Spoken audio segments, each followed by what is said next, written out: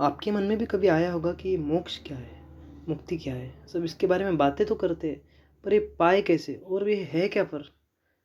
तो मैं आपको पूछता हूँ कि मुक्त होना किससे है? मोक्ष किससे पाना है? खुद से? वो तो मरने के बाद में तो हमको ख़त्म होना ही है, तो फिर क्या है? तो मैं आपको बताता हूँ। जैसे सीता माता के जो पिताजी थे, महाराजा जनक, उनको कहते थे वैदेह राज जनक। वैदेह मतलब जो देह में रह के भी, शरीर में रह के भी जो शरीर के परे है, तो वो है वैदेह। और वही सीता माता को कहता था वैदेही, जो वैदेह की बेटी है।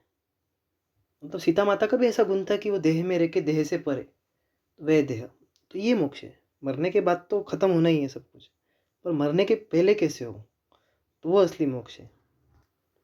तो मुक्ति खुद से नहीं पानी है, मुक्ति अपने अहंकार से पानी है। अब अहंकार का मतलब यहाँ पे ईगो नहीं है। अहंकार का मतलब यहाँ पे होता है अहम, जो मैं है, जो निराकार है, उसको हमने एक आकार दे दिया है कि शरीर मैं हूँ। तो ये जो हमारा थॉट है, ये जो हमारा विचार है, इसको कहते हैं अहंकार। इससे हमको मुक्ति पानी है, क्योंकि हमें बॉडी नहीं है, हमें आत्मा। और आत्मा और परमात्मा में कोई फ़र्क नहीं है, और यूनिवर्स में भी कोई फ़र्क नहीं है। हम ही यूनिवर्स है। हम खुद को समझ लेते हैं ये बॉडी, और फिर हम खुद को बॉडी समझने के बाद में जो बॉडी के सुख दुख है, तो वो हम मरते दम तक उसके झंझटों में अटके रहते हैं, और फिर एक दिन ख़त्म हो जाते हैं।